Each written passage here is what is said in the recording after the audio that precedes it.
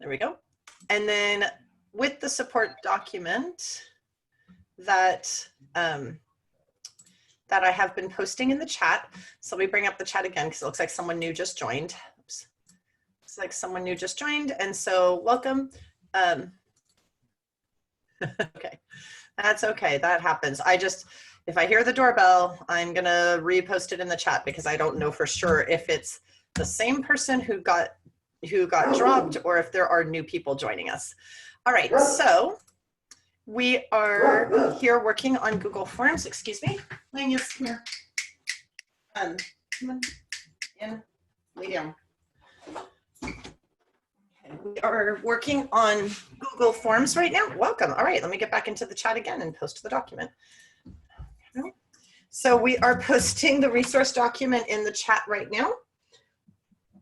And that document will bring you to the document that you see on your screen if you just click on the resource document that is in the chat. If it doesn't click, you can actually copy the link that's there and paste it into your web browser. So this document will provide you resources after you have left here today that will allow you to, hold on, there we go, just muting everybody, thank you. All right. This will provide you with resources that will allow you to come back and revisit the things we are talking about and learning how to do today at your own pace. Hold on. So we do have a couple more people who've joined us. The resource document is in the chat for you. And one of the things you'll see first at the beginning is some support directly from Google that will let you kind of dig down into the exact aspect of Google Forms that you need help with and get help with just that document. Or just that particular, that aspect of Google Forms. You will find also a recording of the training that I did last week on Google Forms. So if you end up if your internet crashes, or even if my internet crashes, there is a recording of this same 1-hour training already posted in the support document for you. That support document is located in the chat for those of you who are just joining us. And then you'll see that you also have video tutorials that I've made for you on bits and pieces of Google Forms in case you don't want to watch the whole hour-long recording again. I have posted the support document in the chat for those of you just joining us. And then you have a video tutorial of how to create a new form and adjust your settings, how to add a variety of kinds of questions, how to send your form so others can respond, how to post your form in Google Classroom, how to view the responses in your form, how to do quiz mode in Google Classroom. So all of those things are here for you in the support document. Welcome to those of you who have just joined us. The resource document is in the chat. I am reposting it here for you so you can see it. And welcome again. The resource document is in the chat so that you can see it. You can click on that link anytime and open it. All right. Can you hear me, Nicole? Yes. Yes. Oh, good. Okay. All right.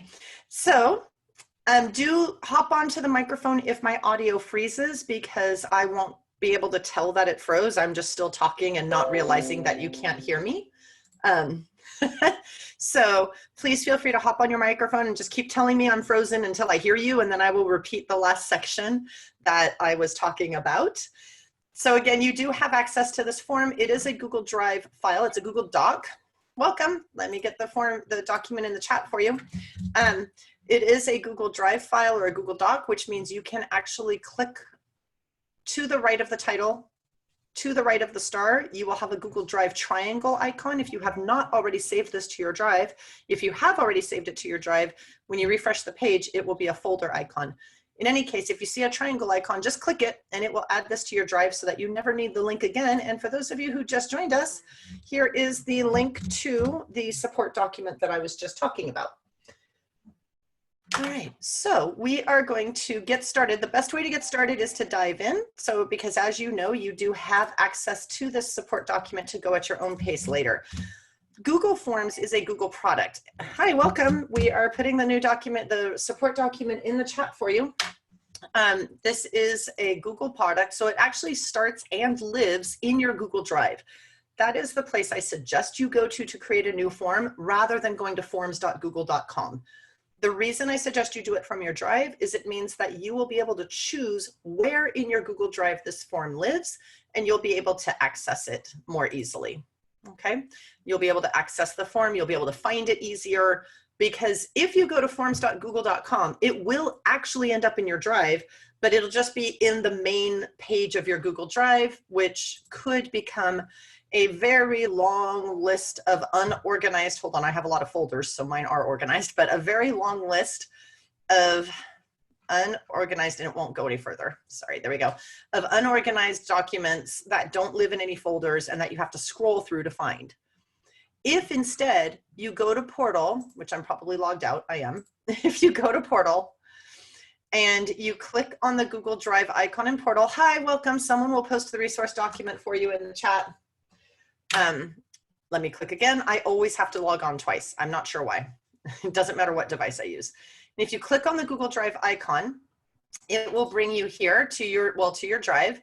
And then if you're like me and you use folders to organize your drive, you can choose where in your Google Drive you want this new form that you're creating to live, so that you can find it again later when you need it. So since I'm doing a training on Google Forms, I want this tool to live, I want this new form to live in the folder where I do my Google Forms training.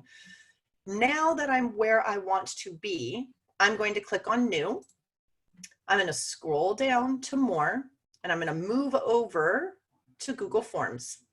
You will notice there's a right arrow. That does mean that there are some templates you can start with. However, I'm going to teach you to start from scratch, and then you'll understand how to work with the templates. Once you open one, you'll know how to edit all of those questions and things that it set up for you. So let's open up that Google form right now. Okay, hold on, I'm going to go back to the chat. We've had several new people. We're going to, thank you so much. Thanks, I was just posting it again. So whenever you hear, thank you for joining us. I've just reposted the document in the chat, but someone new has just joined. We have a really big group today. So if somebody who's already in the room can please go ahead and post the document in the chat for them, that would be really helpful. We have a great group of 86 people so far. When you first open up your form, it's going to open up as an untitled purple form. So let's first give it a title. And so this could be, you can be using forms for a number of things. This could be a survey, right? And there's no right or wrong answers. It's just gathering information. This could be a pre-assessment. It could be a practice activity. It could even potentially be used as a post-assessment, although I will give you one caveat about that when we get to that point. But you have a lot of different ways you could use forms. So give it a name that makes sense to you so that you'll be able to find what you're using. In my case, I'm just doing a sample form. Oops, hold on. I'm just doing a sample form. Welcome, someone will post the resource document in the chat for you. And then once you have typed it there, just come over where it says untitled form and click, and it will bring the name over here. Welcome, someone will post the resource document in the chat for you. So now you see that we have a form. This is what it will be called in my Google Drive in the place where I created it. I clicked here and it brought the title over for me. They don't have to be the same. So you see the blinking cursor. I could change the name here for what my students see or my families or community and have it named something different for my purposes in Google Drive, for example. Just to see the interface and how you can tell, you are currently on the questions page. That's where the underline is. So you are all set up to add a new question. So as you can see, if I hover over the plus, that's going to add a question. If I hover over the arrow with the paper, that's going to import questions from another form. So I can just copy questions I've already used in one form and bring them into this form. I can add title and description. This is particularly useful if I'm going to break my form up into sections. I can give each section a title and a description. I can bring in an image by itself to just sit in the middle of my form. I can bring in a video and then post questions after it. And I can add new sections to my form. We won't be talking a lot about adding sections today. It's a little bit more advanced. Because the primary reason that you would use sections is because you need your students to go to different questions based on how they answer a previous question. And the sections tool allows you to also then say, if a student says yes, please send them to this question. But if they say no, please send them to this other question. So it is a little bit more advanced. But that's the tool that you would need in order to do that if that's something you would like to do. So that's what your menu on the right looks like. Across the top, I have a feature that most of you probably don't have yet that's called add-ons. And that's because I have gone into the Google store and added things to my Google Forms so that I can add functionality to them. Google has made a change. This is not our district that did this. This is actually Google. If you now, when you go to the store to get add-ons, they have to be approved by our technology services. Google doesn't have it set up anymore to where you can just install any add-ons you want. Again, this is actually not tech services. This is a setting Google rolled out earlier this year. And what it means is that if you see an add-on that you would like, if someone else in the district hasn't already requested it so that it got approved for you to use, you or I have to make the request to tech services to enable the add-on. All add-ons by default are now blocked unless the district's Google administrator in technology services goes in and unblocks them. And he has no problem doing that. It's just an extra step that Google made necessary. They, by default, blocked all add-ons in all of Google's tools. But in any case, so you won't see this initially because you have to actually go look for add-ons and install them to your forms. But you will see the palette, which is how you customize what the form looks like, the eyeball, which is how you look at how your form will look for the students or the others who will be taking it, the settings gear, and the send button, and then off to the right of that, the 3 dots, which is your magic click here, there's more button. So we're going to actually start up here at the top and do some work with our form before we add any questions. The first thing we're going to look at doing is how can we add or change rather the look of the form. If you love purple, which I do happen to like purple quite a lot, you can leave it this way. And you could still make some changes. For example, choosing which version of the background color you would like for your form that has kind of a purple theme. Okay. The next thing you can do is choose the font style. Basic is the one that is the default. If you change it to cursive, notice that it's only the titles and the question that change, but the multiple choice answers will still be in basic. That is true for all of the font styles. The options that you put into the questions for things the user could select as an answer do not change. Similarly, any descriptive text that might be possible will also still be in the basic font. I have just made a personal choice and it's just my preference. I don't like the fact that it won't be consistent. And so I just use the basic font. Now, you might have seen some forms that don't look like this at all. They have a picture on top. Well, if you would like, you can click on choose image and it will load a series of images in the work and school theme first. These images are cross-referenced across the themes. So if something in work and school also happens to be an illustration, it will be in both places. But you can scroll through and you can find anything you want. The illustrations tends to have a lot of seasonal and holiday options for you as well. But you can pick some kind of image that you would like to have as the banner of your form. Okay, so if you wanted to have a very celebratory form, you would choose the one you want and click insert. Give it a second. You'll notice that it actually changed the background color and it changed the purple to this brown, but I'm being given a lot of options. So I can change it to that kind of turquoise or to a lighter green. And you'll notice that the background is changing because they've got an algorithm or a little program running that chooses background colors based on the main color that I'm selecting for my theme. Okay, and then I can still change the font style if I want to. So that's how I change the look of my form. But there's also some additional work that we're going to want to do in what's called the settings area. And for that, we're going to click on the settings gear. Now, this settings area actually has 3 areas to pay attention to, 2 of which you definitely need to look at every time you do a form. Welcome, someone will post the resource document for you in the chat. One of them you actually have to do, or 2 of them rather, you have to do every time you create a form. And then The third one you only need to do if you are turning your form into an automatically graded activity, so that when the student hits submit, Google Forms will automatically score their responses for you. So this third part you only need in that case. But these first two parts you should look at every single time you create a form. The default is that it is restricted to users in San Juan Unified School District. If you are sending this out to families and community, you need to uncheck that, because if they don't have a sanjuan.edu email address, welcome, someone will post the resource document in the chat. If they don't have a sanjuan.edu email address, they will not be able to access the form when that box is checked. Limit to one response will require them to sign into Google. And what it does is it uses that sign in to prevent them from answering the form multiple times. So it's not based on the device, it's actually based on the sign in. Up here at the top, there's also another time to collect email addresses. If you want to automatically collect email addresses, it will, if you know you need them, then they don't have to type their email address completely. They can just sign in, and in many cases on their computers, their sign in will repopulate for them, and it will provide you with the email address as one of the questions in the form.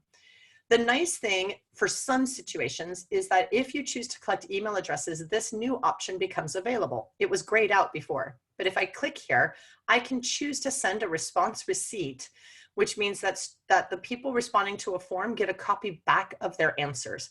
This isn't always necessary, but you might have taken a form in the past where you were then given back kind of a receipt that says, thank you for submitting your form. Here's what you submitted. If there is a reason that you would need to do that, you have to enable email addresses being collected, and then you also have to check that box. And then you decide, is it only if the respondent wants a copy of their answers, or do we just give it to them automatically? So those are some options that you have. Down at the bottom, these two are off by default, but you can allow your respondents to edit their answers after they submit. And you can also allow them to see a summary of all the answers that had come in. So if things are multiple choice, those summaries will be in charts and graphs. And if they are text open-ended responses, they'll just be a list of all the open-ended responses. So those are defaulted to off, but if it would be important to the work that you're doing, you can turn them on. The next area of settings to look at is presentation. Nicole, If your form, yeah. quick question. Yeah. Uh-oh, I couldn't hear you. Respondents will be required to sign into Google. Could you repeat your question? It cut out, so I missed the beginning. I heard respondents. How do respondents sign into Google? They'll be prompted to, if they're required to sign in, it will actually bring in a sign-in page for them, and they'll sign in the same way they sign into Portal. Oh. Yeah, Okay. it's the same, because we use, we're a Google for Education district, right. So the student accounts are Google accounts, actually. But if it's a parent, then? If it's a parent, they'll sign in. They don't have to have, I don't think, necessarily a Gmail. They'll just be required to sign in, and it probably gives them the option to just sign in with an alternate email if they don't have a Google account. Oh, okay. I haven't actually had to use that one yet, so I haven't run into a situation yet where someone wasn't able to sign in order to complete the form. Thanks. Mm-hmm. If we go over to the presentation section, the progress bar is primarily used if you break your form up into sections, which we talked about right at the beginning. And that way, every time a participant completes a section, it kind of moves the progress bar along to show them approximately how much more they have to go.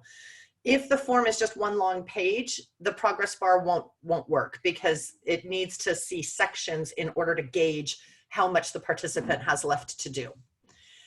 The other option you have right here, and it's only here, is to shuffle the questions so that the questions are in random order when someone opens the form. Now, there's a couple caveats to that. For example, you don't get to choose to have certain questions not be shuffled, like name and class period if you're a secondary teacher. So if you have questions that you need to have at the top of the form, or if you have questions that are tied to other information or content in the form, you don't want to choose this option. For example, if you've put a video in the form and then put 3 questions after the video, you don't want Google shuffling all of that, because it'll put the video, it'll put one of the questions, then the video, then 3 questions later will be another one of the questions about the video, and it will be all mixed up.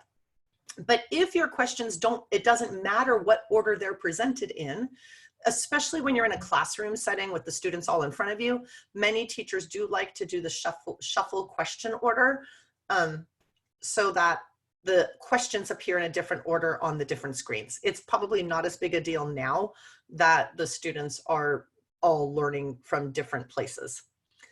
The third option is, do you want to show a link to submit another response? It's defaulted to yes, but you can choose to turn that off. And then finally, you can change the confirmation message. So it says your response has been recorded by default, but you could change it to thank you. You will receive a score if it was a quiz shortly, or something like that. Like, you could change the message to match what the form was about. If you make any changes on any page, you need to hit save. You don't have to change general and hit save, and then change presentation and hit save. You just have to do it at some point while you're in the settings menu, just one time. Finally, when you go over to quizzes, and again, this is only needed if you would like Google to automatically grade the questions, you are going to select make this a quiz, and that unlocks all these other options. When you are back in your classrooms, you can actually have it be locked mode on Chromebooks, which means once the Google form opens, the students cannot open any other browser tabs or windows to look things up, for example. Right now, the students are at home, and only a small percentage of the students are using the Chromebooks owned by the district, and we can't lock down their browser on their personal computers and their phones and so on. So there's no point to turn this on right now, but it might be something you want to do once you're back in the classroom and students are using Chromebooks. Because it's a quiz, it has a grade, right? They can earn points for each question.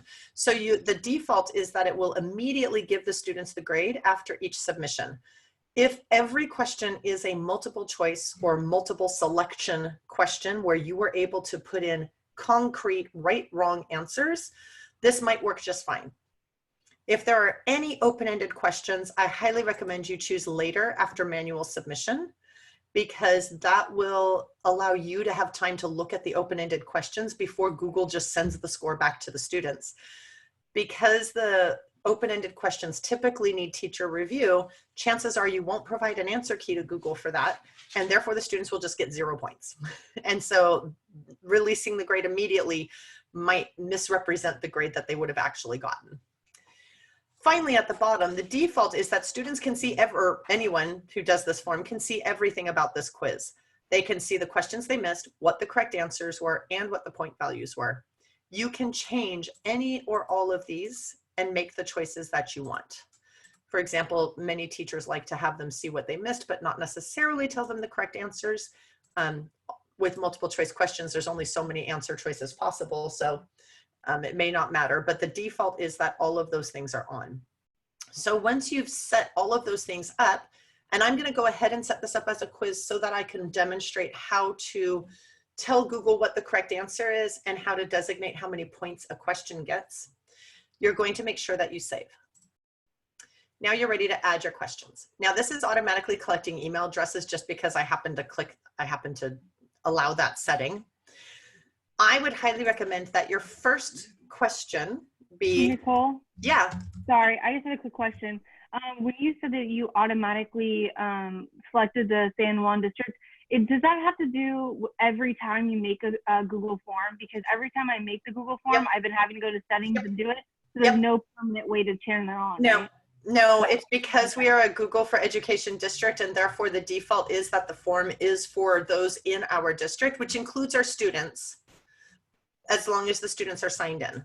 If the students my question is, I want that, but every time I make a Google form, it's blank. It's not checked. Is there a way to permanently keep it checked? Oh, that's interesting. Mine is always checked on, so it must just be never turned on. So I have okay. Now, unfortunately, that wasn't a setting I was able to do. It just is that setting. So okay, sadly, I was just curious. Thank you. Yeah, sorry. Hey, Nicole, I just have one quick question too. Is there any way to import questions from Google Docs instead of manually creating a question?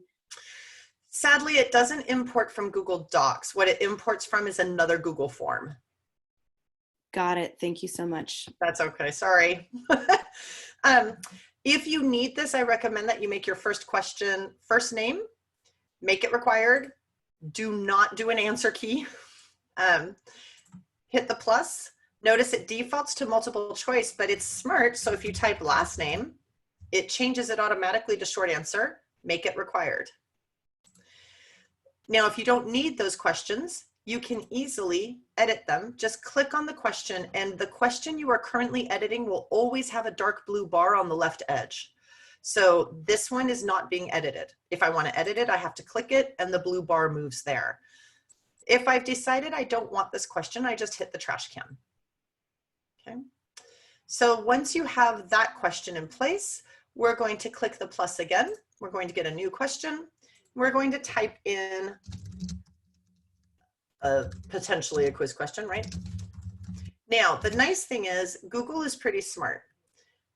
It's a multiple choice question. It's going to have an answer key. As soon as I click here in option 1, oh, today it's not doing it. Sometimes it actually predicts that Sacramento is the answer, but today it's not doing it. So Sacramento, and now I'm using tab because I find it faster to, if I can use keyboard shortcuts, I can keep working faster than having to go to my mouse, click to the next one, type, go to my mouse, move it to the next one and type. So the way you move over is just by using tab until the cursor appears where it says add option. And then I'm going to type in other cities that people typically think are capitals of California.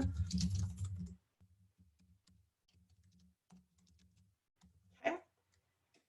And now I have my answer choices, but I need to tell Google what the correct answer is. So I'm going to click on answer key. Okay. I'm going to change the points to 1. You can make it 15 points or whatever you'd like, but I'm just going to make it 1. You're going to click on the answer that is the correct choice.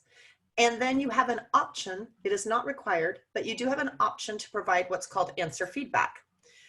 This starts with incorrect answers. So for those people who answered San Francisco or Los Angeles or San Jose, you might provide feedback that says, please review our geography lesson. See the link below. And then you can actually attach a link to resources that have to do to the that have to do with that lesson where they would have found the information they need to understand why they needed to select a different answer.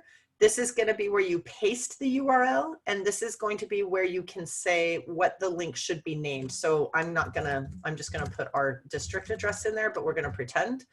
And then the text to display is going to be lesson from 331, right? And then we say add.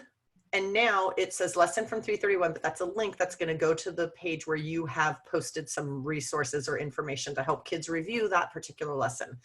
The other thing you can add is a video. So if you had a video, and I have no idea if this is going to work as far as if there's a video on this topic, but if you had a video that would have helped them better understand the information, we're going to pretend that this is a video that is the right one, and you would select it, and it will now include a link to that video, and the students can review that video to get more help. And then you hit save. Now you might have realized, oh my gosh, I totally forgot to actually provide feedback for correct answers. What do I do now? Well, you can actually just click, let me hit done actually, so that I can do that. Let me go back to answer key. And then it looks like I might need to click the pencil to edit that. Perfect. And then I'm going to go to correct answers and type in whatever I want to type about why it was that they did such a nice job with that. Okay. And then again, you do need to hit done so that you're out of the answer key portion of the question and you're just back in the question. Now, you might remember that I said you could shuffle all the questions. You can also shuffle the order of answers within a question.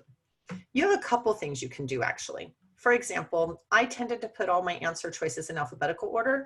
So when you move your cursor, you can see that it's the kind of typing cursor here, an arrow cursor here, and then it changes. I know it's hard to see them, but it changes to grab handles on the left.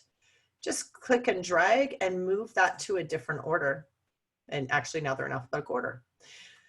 But you also have the option to click on the 3 dots to the right of the word required and then choose shuffle option order. And what this will do is it will just load that question randomly with random order of these options for each student who opens the form. Always remember that if this is something you need an answer to and you don't want people to skip, you need to mark it required. Okay.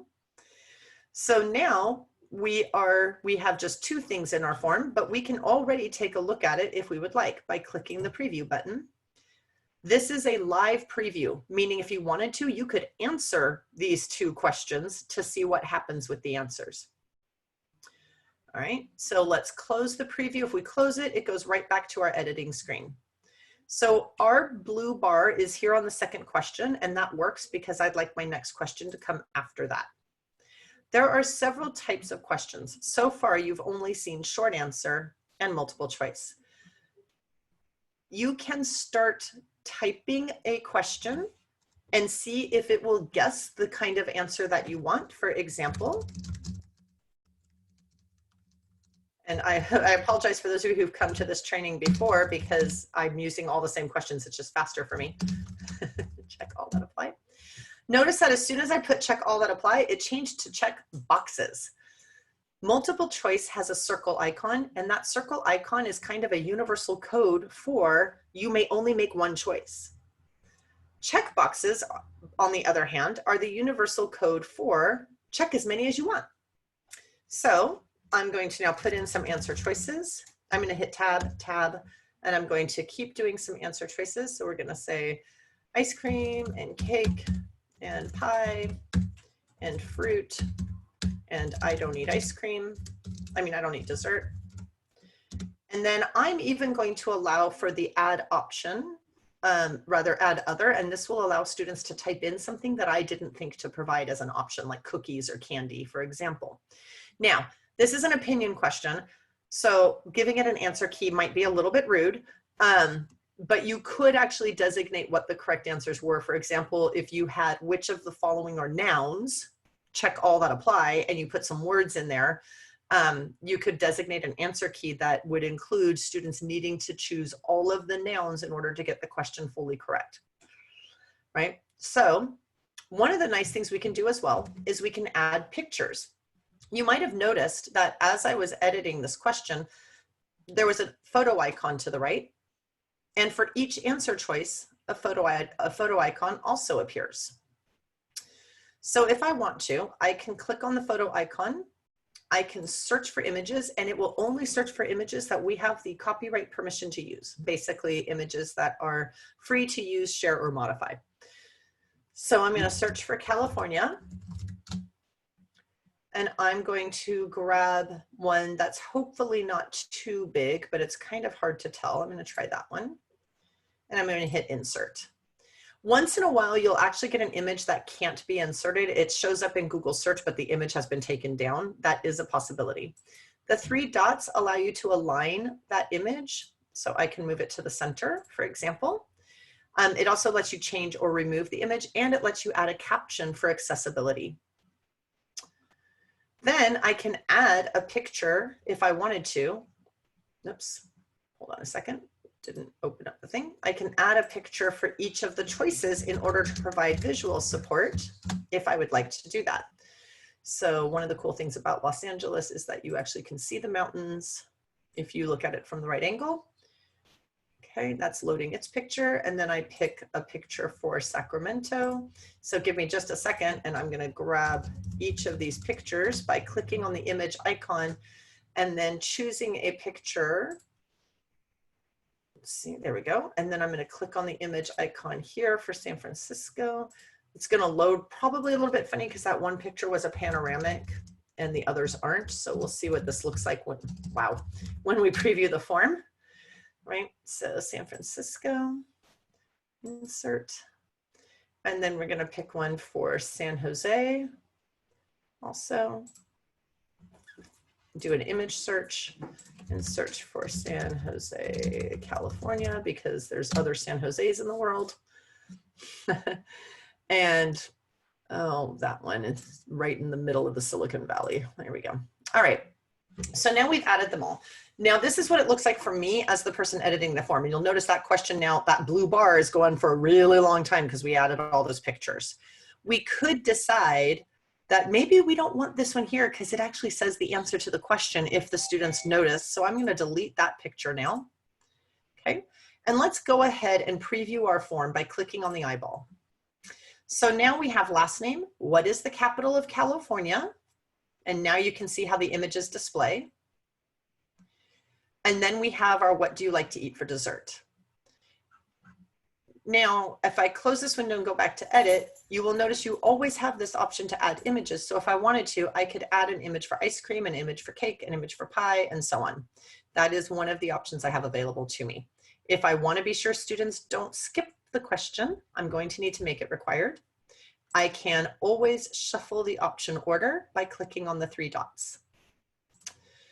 Let's click plus. Our blue bar is right here. So if I click plus, the next question is going to add right below it. Let's try a different type of question.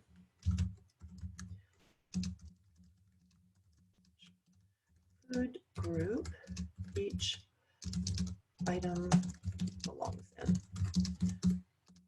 Now, notice that was smart. If I type correctly, it predicts what I want. But let me show you, you can click and you can choose any question type you'd like, but it was absolutely correct. I wanted a multiple choice grid.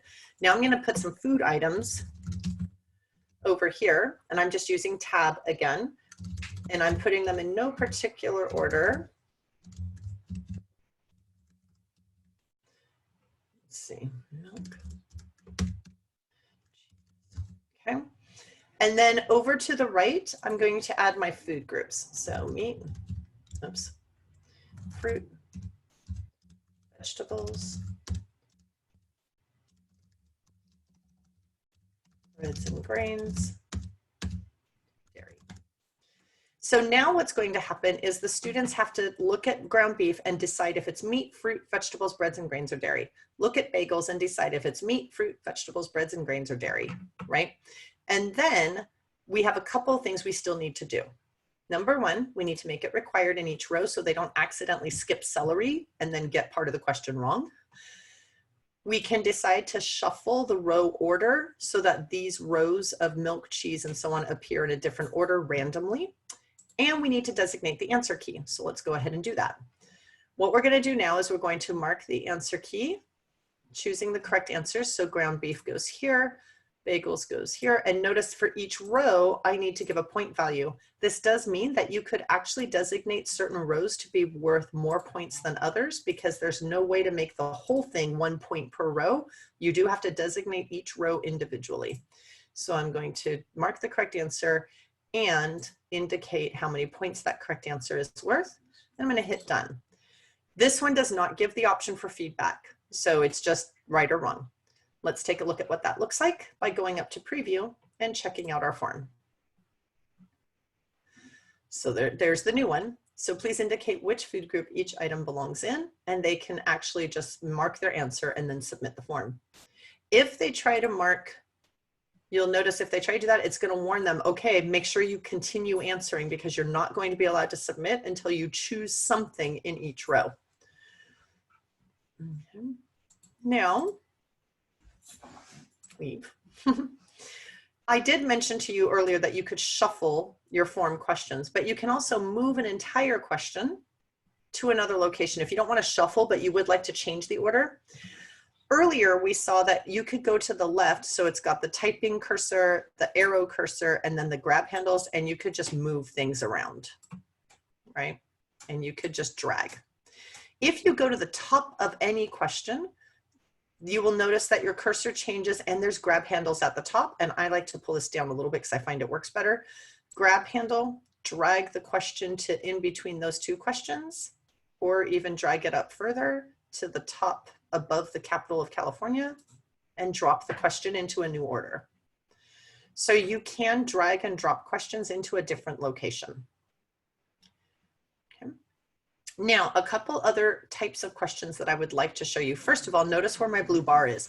My blue bar is up here. So if I click plus right now, the question is going to appear between this question and the capital of California. If I want my question to appear at the end of the form, I need to click here to make that the active question again, and then click my plus.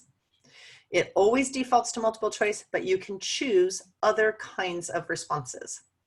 If you choose short answer, it will still let you type in an answer key, but you do need to be very careful to type in all the possible ways the students might get a correct answer. So that includes punctuation, capitalization.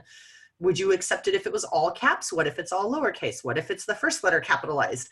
Otherwise, Google Forms will only grade it as a correct response if the student types in a response that matches one of the options you provide in your key.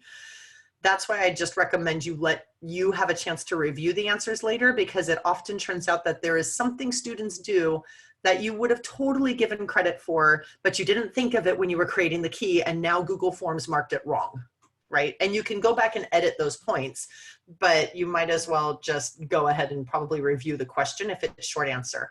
If it's a paragraph response, it will not let you designate an answer key. It knows it can't handle that. So we've looked at multiple choice and checkboxes. We've not looked at drop down. Drop down is essentially a multiple choice with just a different look. So which of the items in the list is a fruit? And then it's drop down, and it works just like multiple choice. So now I can say banana,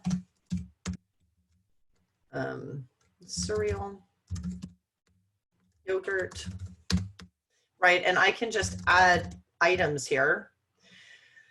I'm going to go into my answer key and mark the correct answer and give it a point.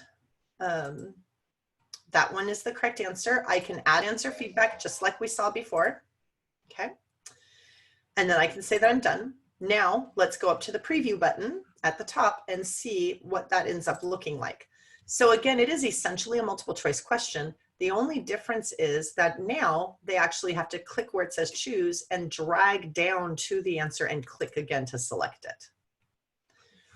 Okay. So it's just a different type of multiple choice question.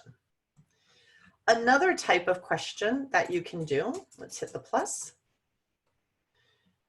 hit the multiple choice to see all of your options. Most of you won't need file upload, but it is an interesting option. It essentially allows you to give your learners a place to upload a file of many kinds, like an audio file, a video file from their device, an image file, a PDF, a Word document. So if you're not using Google Classroom, and you might only be using ClassDojo, for example, you could put the link to this form in ClassDojo and then give them the option to upload their response in a variety of formats by choosing the file upload. So it says, okay, they're going to be uploaded to your Google Drive. Everything the students upload is going to go in a little folder in Google Drive for you. They'll have to sign into Google, and then you hit continue. And they also say share it only with people you trust, because since you're doing an upload, people are sharing files with you, right? So you give it a question, share your response to the, I don't know, to the, which character is the most courageous and why? Now, you wouldn't need to do this necessarily, but I just want to show you that this is an option. In theory, you could actually now allow students to not just write that response, but if they wanted to, they could record it and send it to you.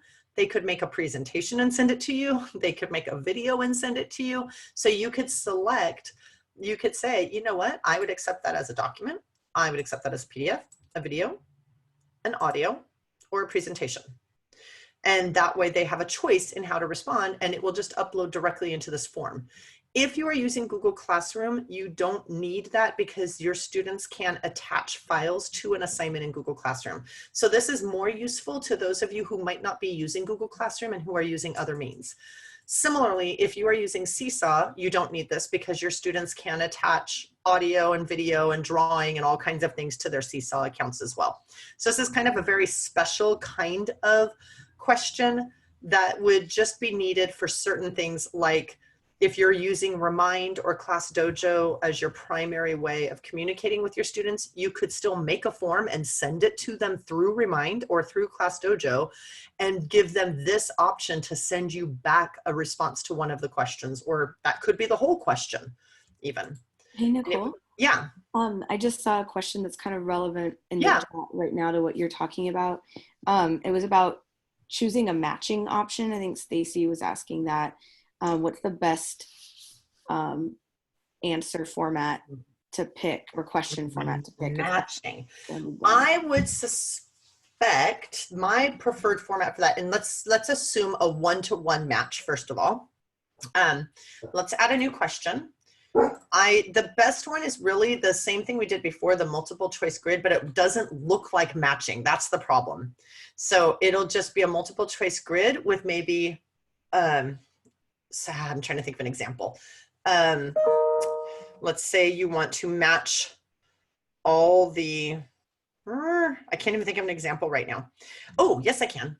No, I can't. It doesn't allow images. Bummer. I can think of one because yes, thank you. I need an example. I had a bunch of video stills, for example, and I was having students match them up with, the description. Like there were 12 images and then written description. And when my kids did it, like it came up it was a little tricky because it came up with all of these. Yeah.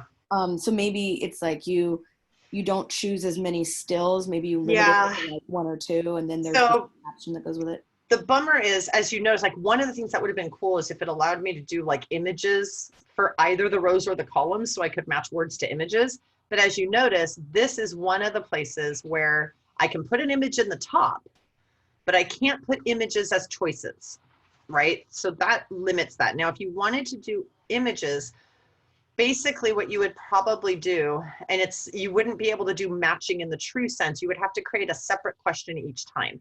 And so what you would do is let's start a new question. You would start a new question. We're going to go ahead and just make it multiple choice because that'll work.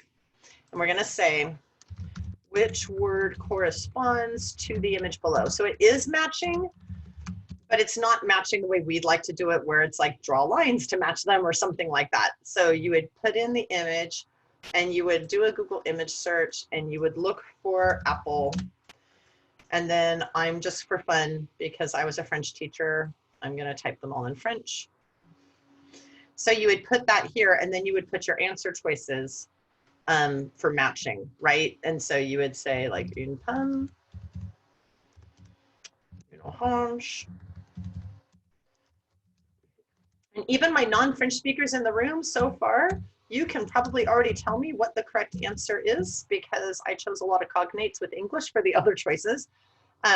This isn't exactly the answer to your question because Google Forms doesn't have a true matching question type.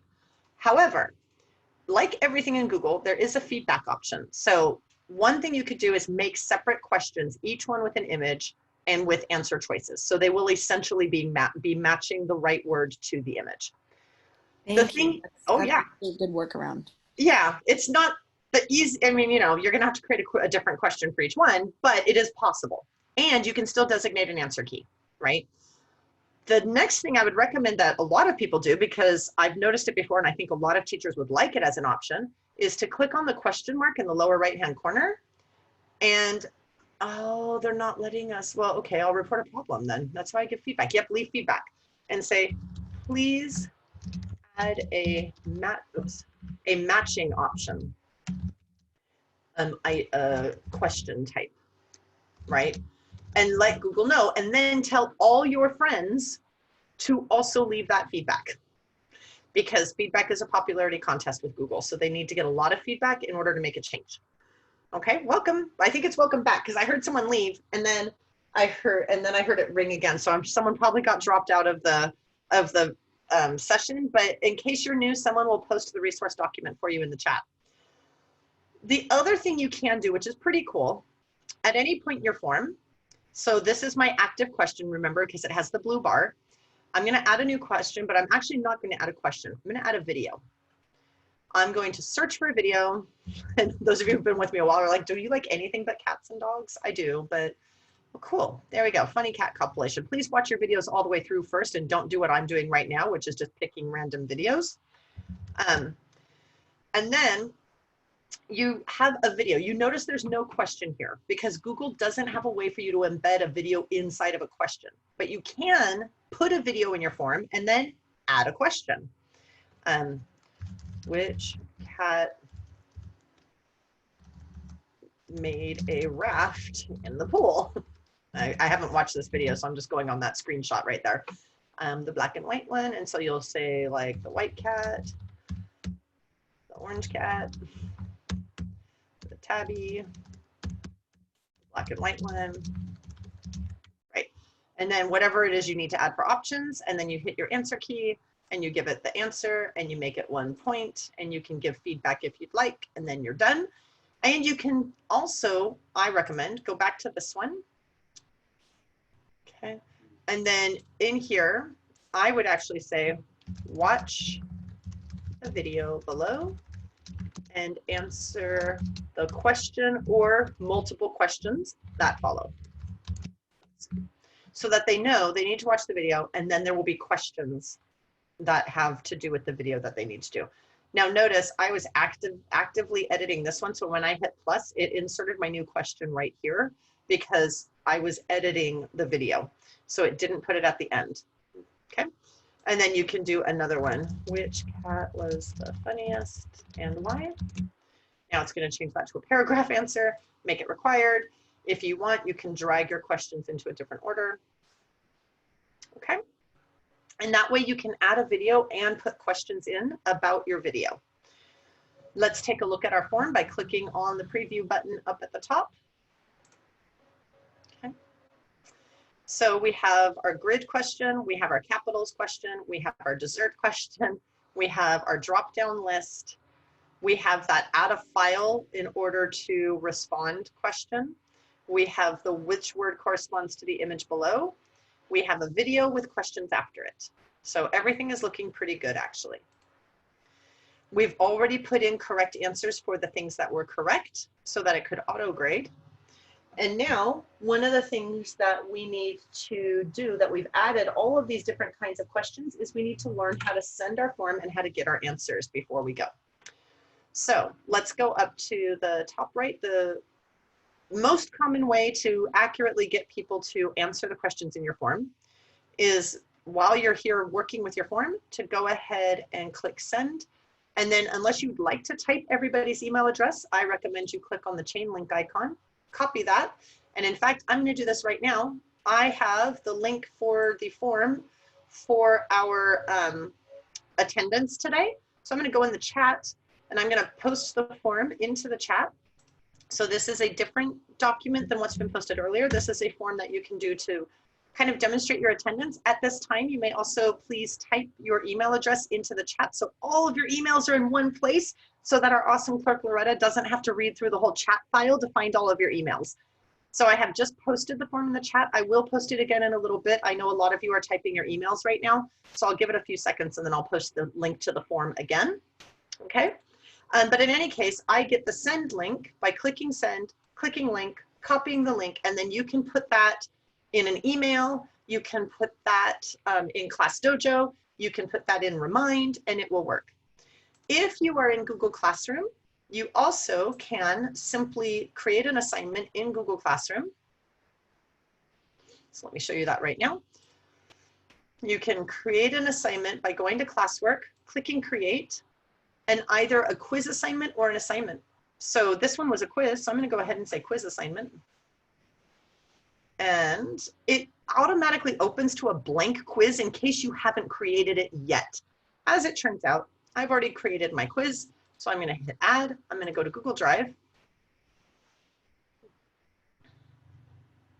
I'm going to click on my sample form that I just created because it always loads to recent. Usually that'll give you the stuff you've been doing most recently. If you don't see it there, then you need to go to My Drive and you need to go through your drive to find it. So now my quiz is here. It's got grade importing turned on automatically. You can turn that off. What that means is when Google is done scoring the form, it will automatically pull the grades. It will automatically pull the grades into the grade book. This quiz happens to have 9 points, not 100. Into the grade book in Google Classroom, so that you don't have to go look at the form, jot down all the kids' scores on the responses, which we'll look at in just a second, how to do the responses, You don't have to go in, click on responses, get out some paper, write down everybody's, who got what score, which of course we have no responses here, but I'll show you a live form with responses in a minute. And then go to your grade book in Google Classroom and input them all, and then still go do that in Q if you're a secondary teacher. So if you let it do, oh, did I close it already? I did. If you let it do grade importing, which let me edit this assignment again so you can see that.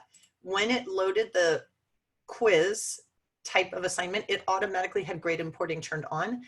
If you have it set to automatically grade all the questions, you can let it just put the score into the Google Classroom gradebook, which this class has no students in it, so there's nothing really in the gradebook, but it would be there if you had students in it. It'll bring the score in for you. Now, remember, you may want to have Google Forms delay when it does that importing after manual review so that you have a chance to look over the quizzes, especially if there are open-ended questions. Okay, so very quickly, the last thing we need to look at, let's go open up a real form actually that has some data in it. The way that you get to your responses, your form always lands on questions. The way you get to your responses is to click on the responses tab. Once you click there, you actually have 4 places to get responses. One of those places is the summary page. If it's a quiz, it will start with insights about your quiz, frequently missed questions, and then it will show you the how many people chose the correct option for all multiple choice and multiple selection questions. And with the gray, it will show you how many people selected wrong answers. If this is not a quiz, this bar graph that you see would actually be flipped vertical, and each of the bars would have a distinct color, like red, yellow, blue, and green, instead of green versus gray. Okay, so green in a quiz thing means correct responses as opposed to gray, which means incorrect responses. That's just the summary. The other place where you can look is where it says question. This will allow you to go question by question and get information about how people responded to each question. If it wasn't a quiz, there won't be green and red. There will just be bar charts for the questions with regular colors. And that you can toggle to question all the way through to question 7, right? Or you can pull down the questions and go straight to the question that you have, that you would like to see. If you go to individual, it will let you look at all 92 people's responses one at a time directly within the form to see how they did.